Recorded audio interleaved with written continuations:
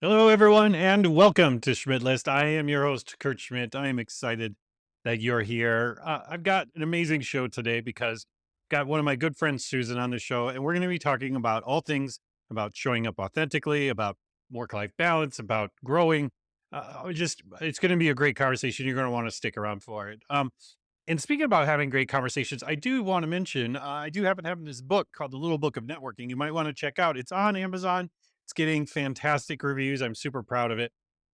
You can check it out, actually. And I've got a new book coming out soon, which I'll be talking about more on future episodes. So make sure you check that out. And so before we get into it, make sure that if you are not haven't, you make sure you go and subscribe to the newsletter. You can find that at kurtschmidt.me. Um, and you can sign up and you can find out all the things that are coming up this summer because we've got not only a new book coming, but more events and a bunch of other things you're not going to want to miss. All right. So let's jump in and talk to my friend Susan. Susan, how are you today? I'm fantastic. It's Friday. It's been a busy week. I get to see you twice in 1 week. No, yeah. And Well, I yeah, apologize for that, but we'll push through. love it. It's good It's to see always a you good too. time. So Susan, tell me a little bit about the work you do, and who you do it for. Yeah. So I get to do some amazing work.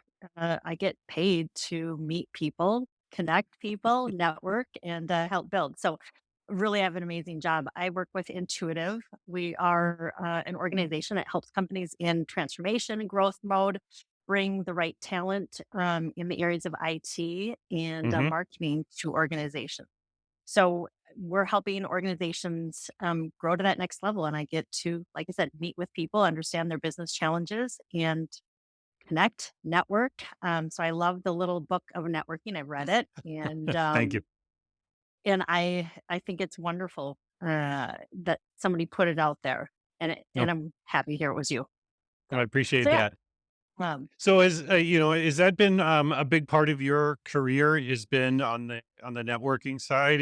Was it always that way, or did you sort of find your superpower later in your career? How did that transformation go for you?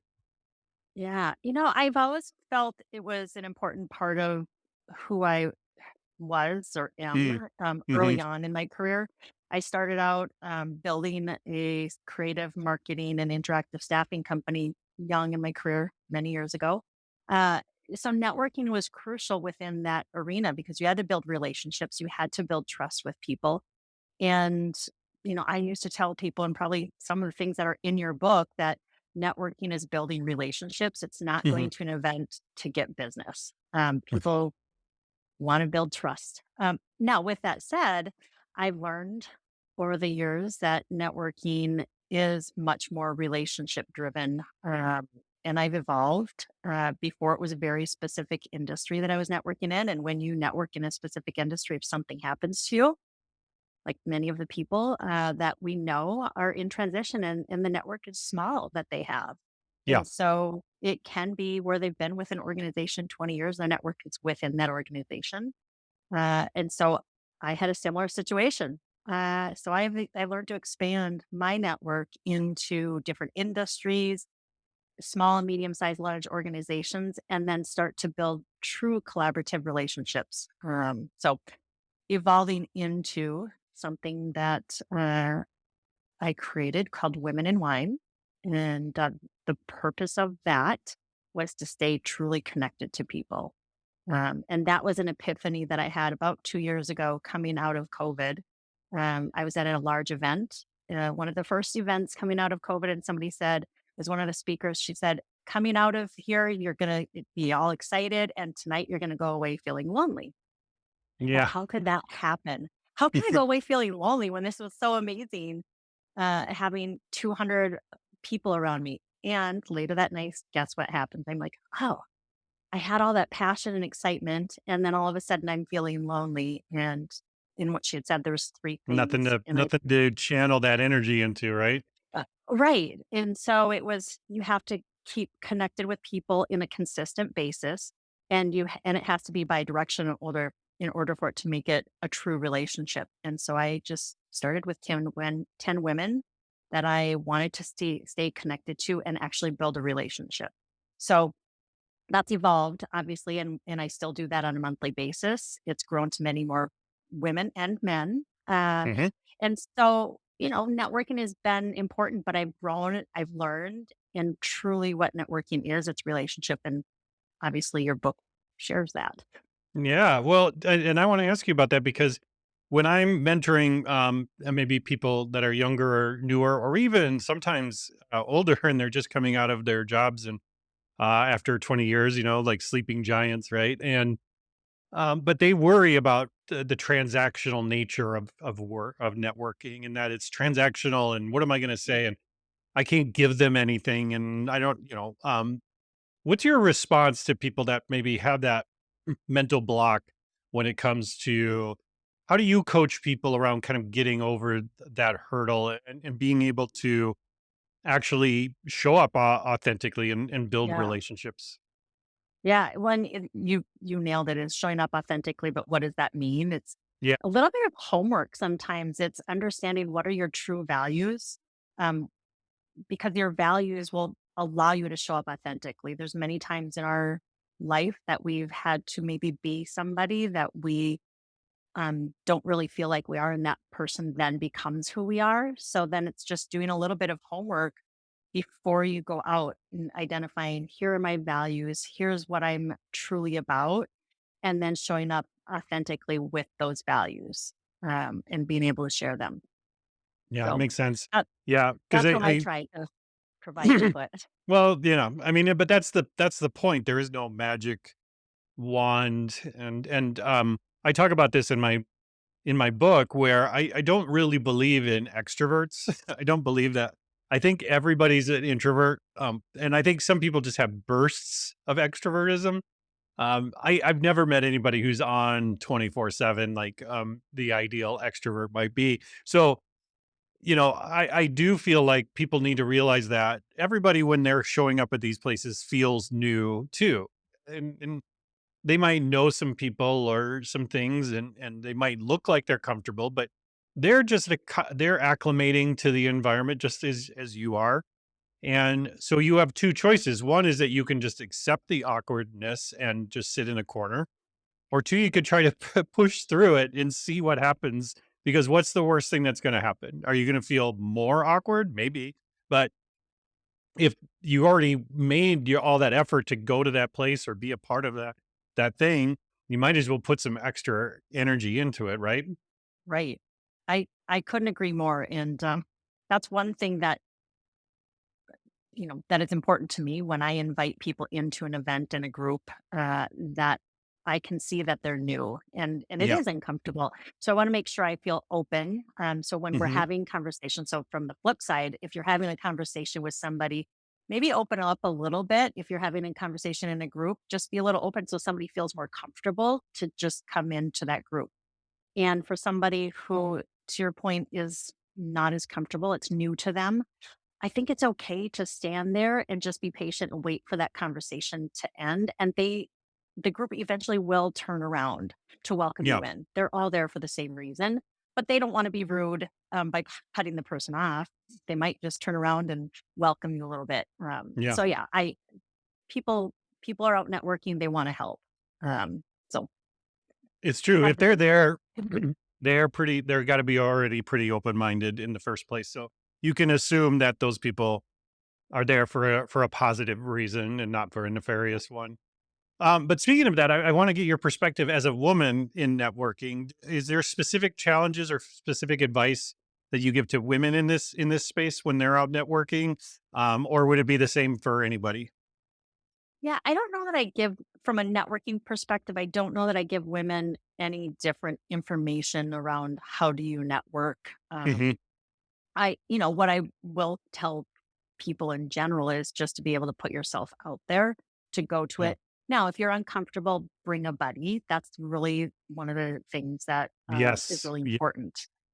You don't want to rely on that buddy to talk to the whole time, but if you can bring somebody that you just feel comfortable with, and leverage them, that makes it a whole lot easier. And then they're willing to introduce you to other people, and it makes it better. So I don't know that I give a lot of different information for networking for women, um, but it is bring a buddy.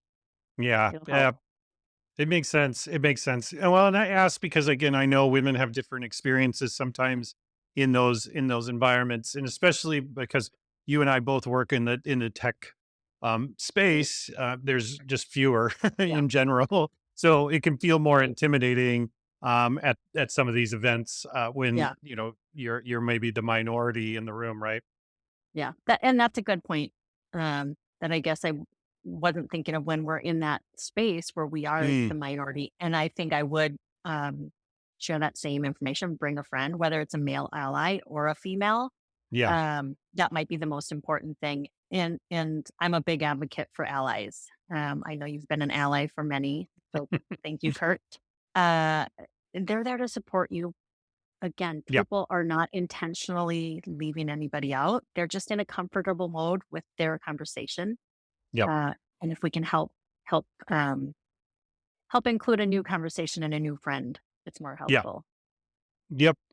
And I always, I kind of had to talk myself into this too early on was, I'd show up at some events and you'd see people in their little pockets having their little conversations and um, and I would psych myself up on the way to the thing saying I want to meet as many people as possible. And then I get there and I'd be like, oh, I don't want to interrupt these folks. But I remember, just like you were saying about leaving and feeling unaccomplished in some of those instances and realizing that it was myself that I got in my own way. None of those people said no to me, right? Like I didn't even Right.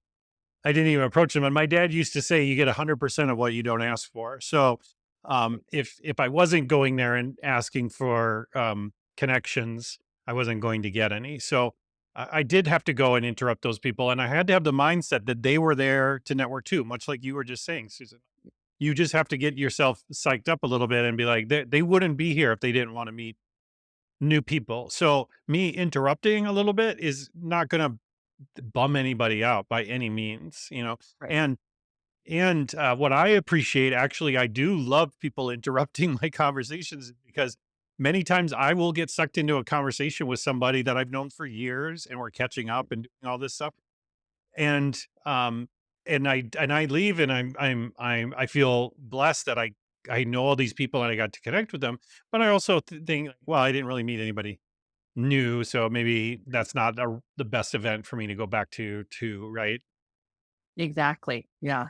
Well, and that's Yeah. a good thing that you mentioned too, Kurt, is just the event itself, identifying the right event. And that's, Yeah. one of the things when we talk about is it different for women coming in, maybe getting comfortable with other events when you are not new to networking. So before you jump into and I'm just going to say maybe more male dominated industry events, I might suggest a female go to a different event to get comfortable where Yeah. she may know somebody. And again, this can go both ways. So Yeah.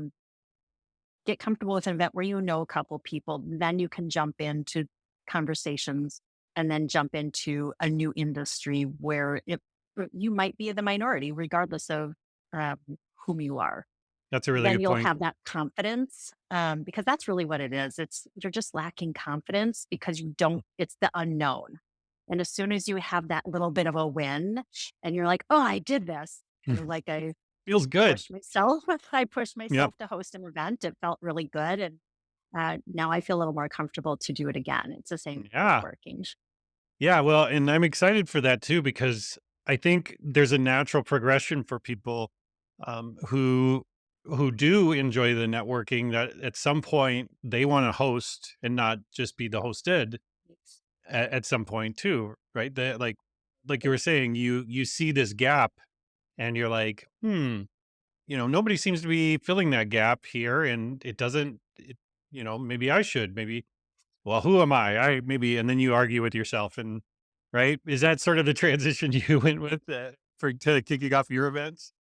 Yeah, 100%. It- you know, backing up with women and wine, it was just very casual. So it Yeah, started out, I'm inviting women, and then it just more women wanted to be invited because they just felt it was something different and special. And 80 plus women later and men, so probably 90 plus, Hmm. um, it it just organically worked. And then I was just being me. I wasn't being anybody else. Right. I just brought You people weren't there to in and pitch them on an I, online course. right, right. And I was doing something that felt really good and I wanted to just be helpful to people. And so when I'm showing up as my authentic self and I'm not fearful of what I'm going to say, I'm not fearful of what people are thinking of me. I was getting good cues along the way. It just helped me realize, oh, I can continue to do this. And now I can host a different event Hmm. because I have a safe place. And a lot of Yep. those people showed up, but there was a lot of new people Yeah. for the event. So yeah, it is a progression. Being able to be authentic. I had a coach who talks about authenticity, and when I had met with her, she was giving me free advice, free consulting, which is always really nice. But she said, "Susan, here's your superpower." So that's the other thing is have somebody that you trust help you see what your superpowers are. And I had several people do that to me. And then I realized, okay, those are my superpowers. I'm okay. I can show up and talk about it and not feel like um I I'm saying something that's false or, No. you know, Well, and I something think nobody believes. that's something, and I think both you and I follow a similar principle, which is, you're out seeking growth instead of just waiting for it to kind of happen to you, right? Was that some way? Is that something that you feel like you've always been like, or is that something that has happened as you've matured in your confidence in your position? Yeah. I've always liked to learn something new and grow. So, when digital came around, I was the one in the room, had no idea what it was. I would sit in there and I'd want to absorb, and then I would try to bring something new to the team. So I've always had that, but until I brought into my true authentic self, that's when I grew the most and then was willing to take more risks. And I was surrounded with people who accepted that and accepted me being my authentic self and being able to take risks at the same time. And so, Hmm. with my team that I have now, it's amazing because they accept me as my authentic self, my ideas, they understand them as well. But Yeah. then we propel them together, so it's not just me. Right. Right. Well, yeah, exactly. Right. Um, Well, because it's very common to have sort of different roles in those ideas, right? You've got visionary people, implementing type people, and all the other supporting characters and casts, right? So, but I think those things are important. So, tell me real quick about when you were putting together this first more formal event, right? You had been hosting Women in Wine for a while, and now you're thinking, well, I want to do something a bit more formal. How did you do it? Did you read a book? Did you take a class? Have you just been to a lot of events and just copied them? Like, how did you put that together? I bet a lot of people in the audience have maybe thought about putting together something together, and they'd probably like to hear what that um, journey was like for you. Yeah. Well, number one, I talked to people first. I had the idea what my event was going to be about the topic. So I went out into the marketplace. I shouldn't say that sounds really very business-like. I went out to my friends and You my went out and network. sourced some human capital, is what you did. Yeah. Yeah. I went to my network of people that I trust and I had new conversations and I said, "Hey, this is a topic that is important. Intuitive is launching a new business, modern marketing, but I want to talk about it in a different way and have people understand what is modern marketing and what is that difference." And so I sat down and talked to about 10 people that I respect that are either in marketing, they're in innovation, or they're just leading a business and Mm, had the conversation. So it was really about the idea first of what the topic was. Once I felt comfortable about the topic, um, then I started to pick several of those people to be panel members and and who might work well together and who might yeah. Who number complement one each be other, right? that complement each other and who can also challenge me and help me with it. So that was the beginning, and Mhm. then I just started to copy, to your point, Kurt, is who's done this? What does that look like? How Yeah. do I do What it events well? have you enjoyed, right? Yeah, right. Yeah. And then everything was brand new to me. I was learning along the way. And then I had some of the panel members who stepped up and said, "Hey, uh, here's how this person has promoted it. They've held events before. Here's how they have done it." And then I just went to other companies' websites when they've hosted events, and honestly, I was copying. I'm like, okay, and I, no, not plagiarism, but I just, how do they do it? They've been successful, so what are they Yeah. doing? I'm a big maximizer. Mhm. So yes, I like to create, but I don't like to create from scratch. I like to Mhm. do it when, learn from others so Yeah. that I don't have to make all the same mistakes.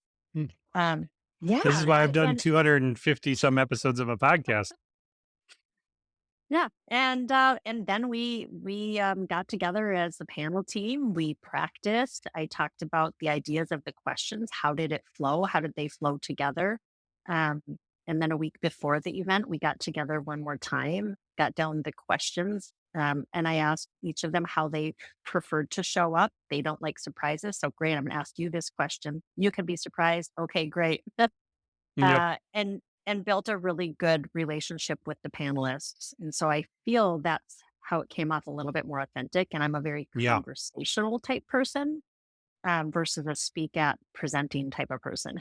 Yeah. I think that's super valuable because some of the panel events or multi-speaker events, when they do have time for you to break the ice with the other people ahead of time, it can really open up the conversation in a more authentic way. Because if you meet them for the first time sitting at a place in front of everybody, you're like, do I even belong here with these people? Like, I Right. what makes me so special and whatever else, because you don't know anything about them other than maybe you stalk their LinkedIn or something right there at the show, right? Yeah.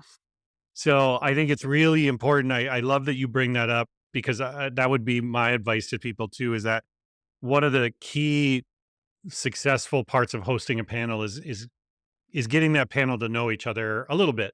It doesn't have to be anything crazy. You don't have to go on a retreat or anything.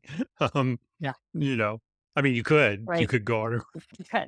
Well, Kurt, and the really beautiful thing, some of the panelists didn't know each other and they got to know each other and they yeah, learned from each other as well. So that was the really beautiful thing yeah. coming out of it.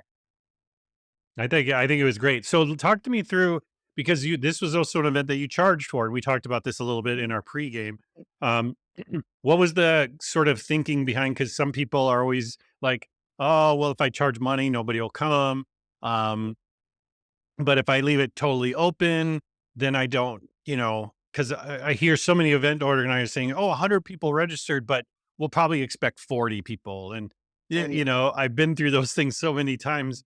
What was your thinking behind the choice between making it a free event versus a paid event?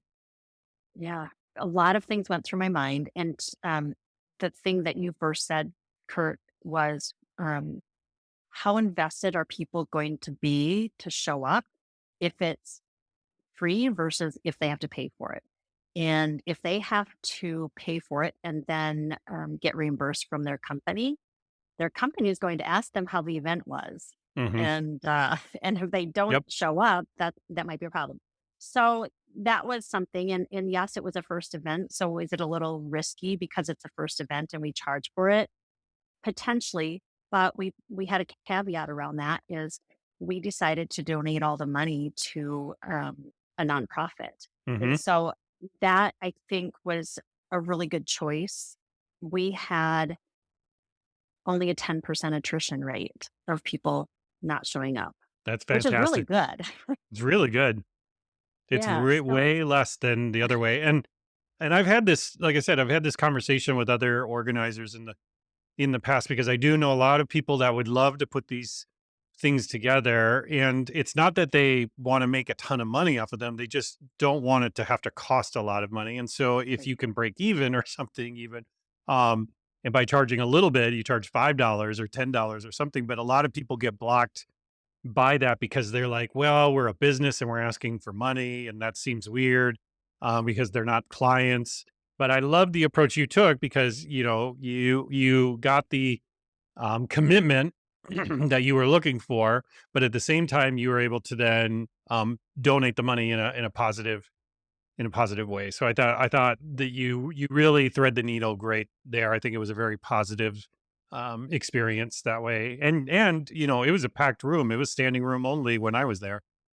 It was great. For the first event, my goal, we exceeded, I shouldn't say, we met our goal.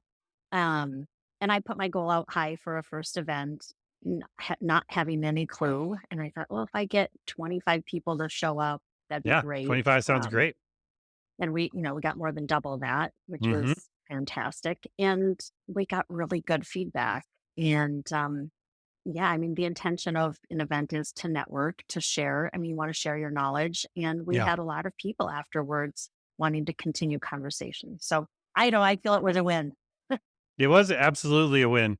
And so talk to me a little bit about some maybe when you're coaching other people, especially that people that are in more of a sales or marketing sort of area. What are areas that you see common mistakes that people make when they're doing networking or they're doing these things, and things that you would coach people? What's some advice that you would give the audience around that idea of showing up authentically, and where are some areas where they might fall down? Yeah.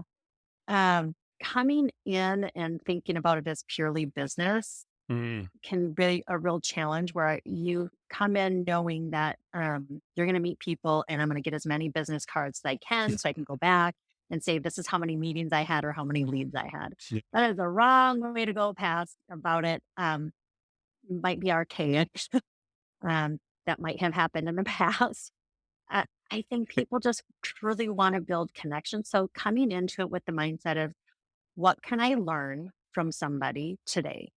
And what one thing can I take away that is learning? And if you can do that and then follow up with that person that you learned something from, and it only has to be one person, and just follow up with that conversation. Hey, this was a really great conversation. This is what I learned. I would love to continue the conversation because truly to build a relationship and to get comfortable doing business with anybody, you can't do that in a 5, 10, 15-minute conversation right. when you're networking in a room. Yeah, you're not going to close any deals at a networking event.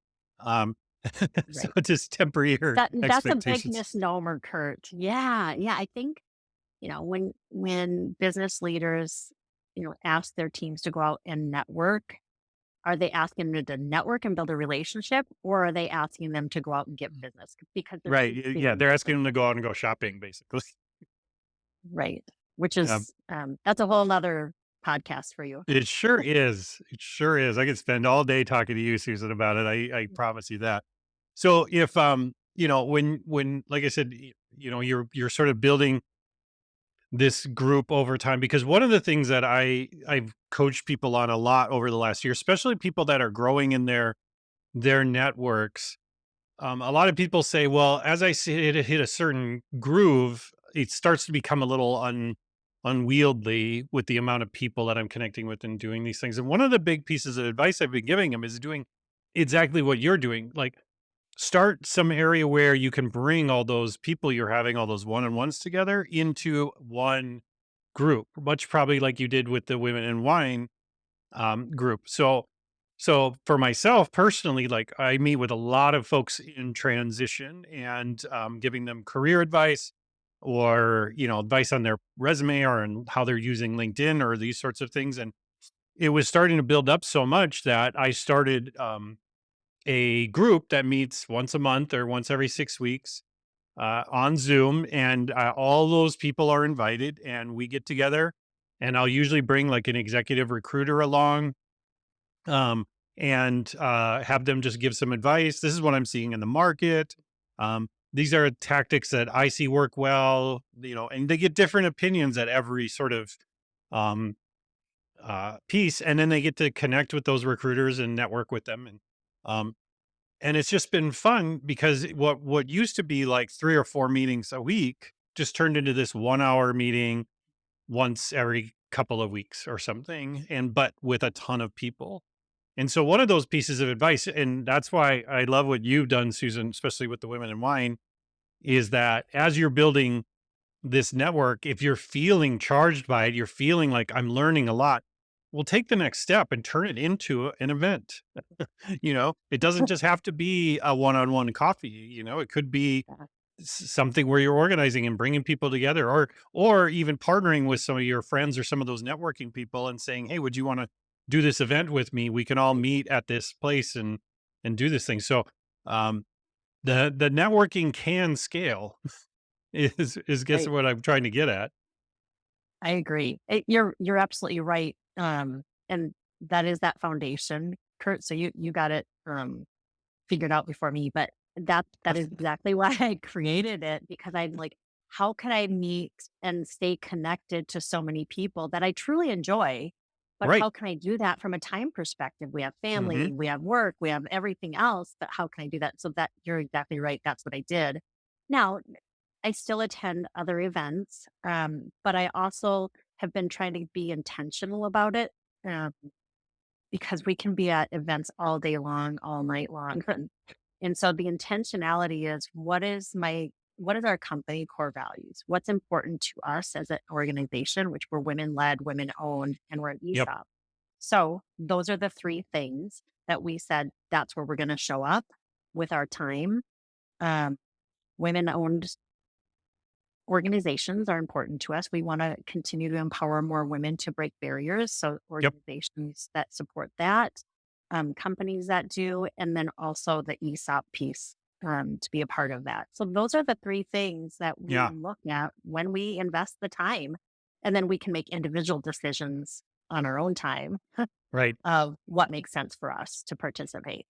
I love that because you got to and I talk to companies about put your money where your mouth is, right? Because if you are trying to build community, well, doing LinkedIn ads probably isn't going to help you build that community if you're putting your money Yeah, in Google search terms and right, things like that. Now, I understand as a business, sometimes those things just happen, sure, but right. um, if one of your goals is to empower women, well, how does, you know, um, Facebook advertising empower women? It doesn't, right? So, I'm not saying you shouldn't do those things, but you do have to pay attention to how your actions speak way more than what your words do, right?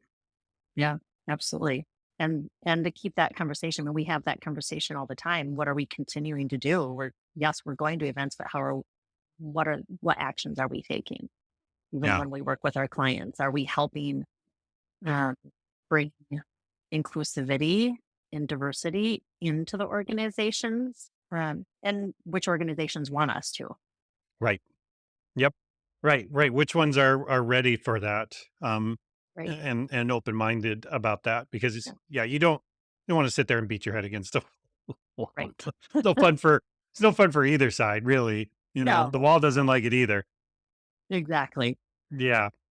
Well, and especially because again, like I said, working in the tech space, you've got a lot of men in this space. And so, there is a lot of allies out there, but there's a lot of people that I wouldn't say are not allies, but they're just not educated enough on the value and the importance of this sort of thing. So I love the idea of you folks creating events and other ways to create a safe place for those folks to come in and maybe learn about what some of those opportunities are, right? Versus going out and shaming and doing other things. There's much more positive ways that you can sort of um, educate these individuals on the power of that diversity and working with a company like yours. Yeah. Thank you. Yeah. And we don't want to shame. I mean, I have amazing people in my life that I got to be where I am today because of them. My dad was an amazing advocate for me. I grew up with two brothers. And, that makes me tough. But I also had, you know, bosses over the years that were there for me. So I just want to continue to help empower Hmm. women and bring those allies together. And to your point, educate. No, my husband has been educated by my daughter because she's going into a male dominated field of Yeah. mechanical engineering. And so we've had frank conversations in our house. Yeah. And it's great. It's great education. Yeah. And it's just, we need it as well as what, women do also. Sometimes we Yeah. fall into the same pitfalls. Yeah. And there's really no other substitute for experience in this lifetime than for education. You can read all the books you want. You can take all the courses and sort of get all the certifications you want, but experience is really what's going to stick and stick with you. So, what I really appreciate about you, Susan, is that you are a great teacher, and in meaning because you provide great experiences for people. And I hope people continue to get inspired by people like you and go out and put themselves out there, because we need more Susans out there creating these great spaces for all of us. Well, thank you. Thank you so much. It's cool to hear you say that, Kurt. That's my intention, but it's very humbling too.